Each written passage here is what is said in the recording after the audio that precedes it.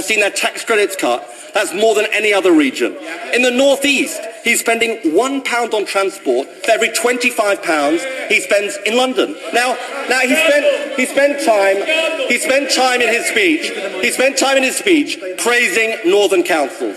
Well, let's see what the Northern councils have to say about him, because he talked about Leeds. This is what the leader of Leeds has said. The Chancellor, Labour, yeah, but he was praising them in his statement. Let's see what they have to say. He says, the Chancellor fails to deliver the devolution we need. This government is no friend of the North. Now, Mr. Deputy Speaker, for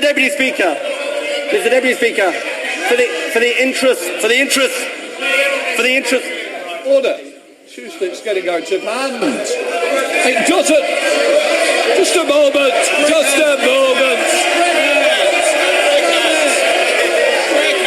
You can shout all day.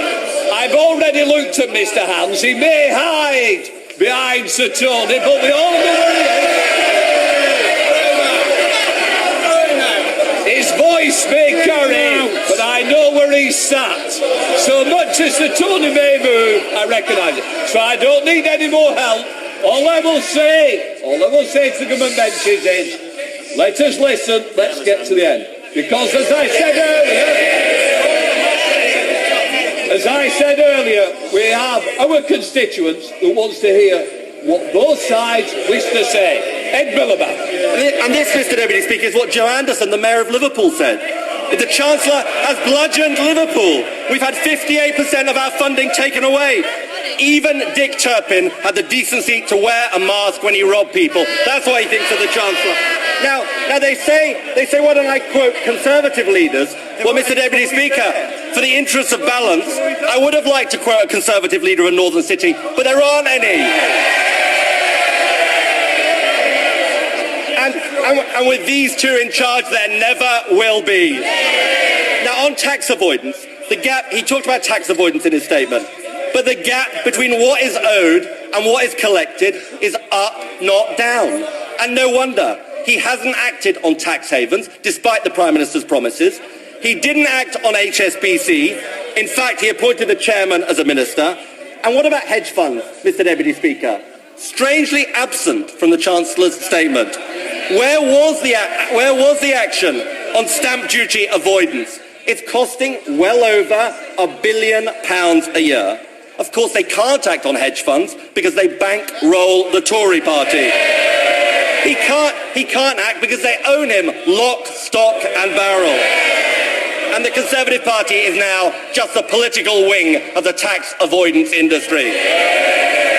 But of course, Mr. Deputy Speaker, the biggest sleight of hand of all is on the deficit. Because I think the Chancellor was doing a bit of rewriting of history today. 5 years ago, what did the Prime Minister say? He said, we will balance the books in 5 years. No ifs, no buts, no maybes, just like the immigration pledge. Now today the Chancellor comes along to boast that he's halved the deficit. But that's not what the Prime Minister used to say about halving the deficit. He said it would be completely inadequate. So let me get this straight, Mr. Deputy Speaker. It's gone from completely inadequate to a great triumph. I don't think that's going to wash with people, Mr. Deputy Speaker.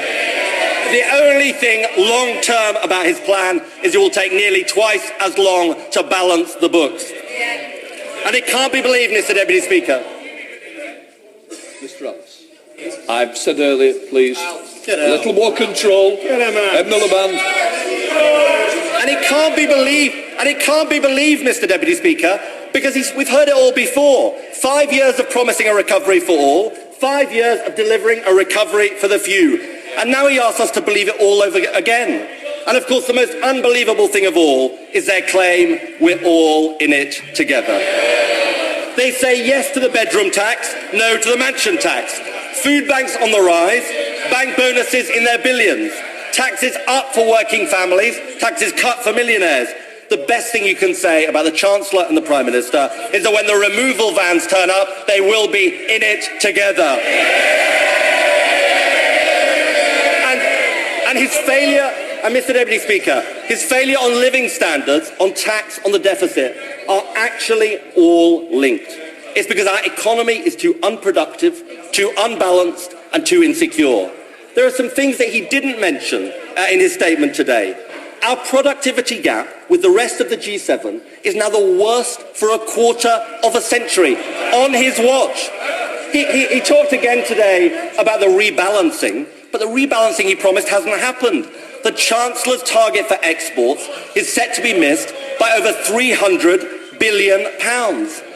And on this budget's figures, he's actually overseen the slowest recovery for 100 years. That is the reality behind the budget that cannot be believed. And for all of the window dressing today, they can't tackle insecurity at work because they think that's how we compete. They can't make work pay because they believe low pay is the way that we succeed. And they can't build an economy for working families because they think wealth flows from the top. Mr. Deputy Speaker, not for the first time, the chairman of the Conservative Party perfectly summed up Tory philosophy in his celebrated handbook, Stinking Rich 3. Mr. Deputy Speaker, I'm not sure what happened to Stinking Rich 1 and 2.